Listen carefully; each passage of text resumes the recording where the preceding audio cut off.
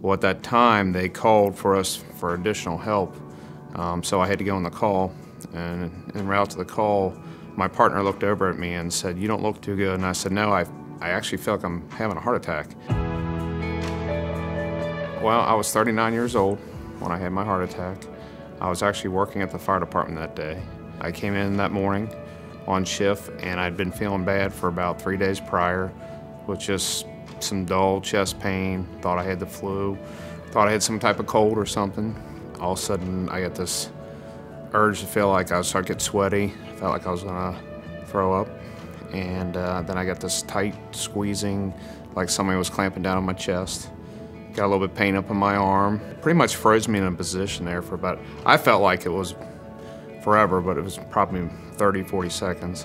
And then probably about 20 minutes later, it happened again. I was sitting there, I was working on something. Our other units in our department had gone out on a pretty serious call. And when I was sitting there, most of the people in the building left for someone I could ask for help to check on me. Well, they were gone on a call. I was sitting there, and same thing happened again. Well, at that time, they called for us for additional help, so I had to go on the call. And en route to the call, my partner looked over at me and said, "You don't look too good." And I said, "No, I actually feel like I'm having a heart attack." I went to St. Elizabeth Hospital. At the time, I had a feeling something was more severe than I originally put it off to be, and that's when they said, "We think you're having a heart attack."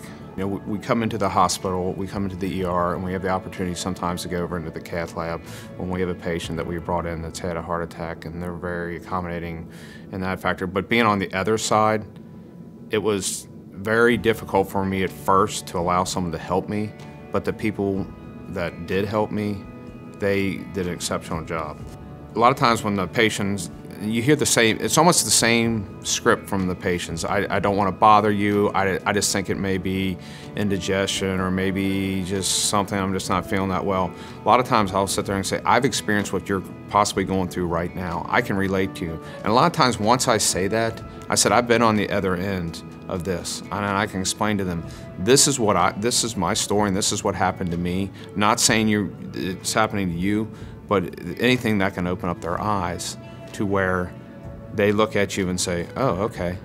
All right, so I have somebody in the same thing that's happened to me." So yeah, I can relate definitely. Within the fire service, you have to do a yearly physical, and actually we do our yearly physicals. We're contracted through St. Elizabeth Business Health here, so I had yearly screenings. You know, I had a little bit of the cholesterol that was right at the borderline, where they'd say, "Okay, you need to get your cholesterol down," but everything else pretty much checked out normal. I think I truly was I was going on 2-3 hours of sleep a night, working 3 jobs, trying to coach football, youth football with my kids' football team. So I was stretched at every different angle. I learned after that time I can't be involved with everything. I have ties to St. Elizabeth with my family. And my mother was a nurse here at the hospital, but it went above and beyond that.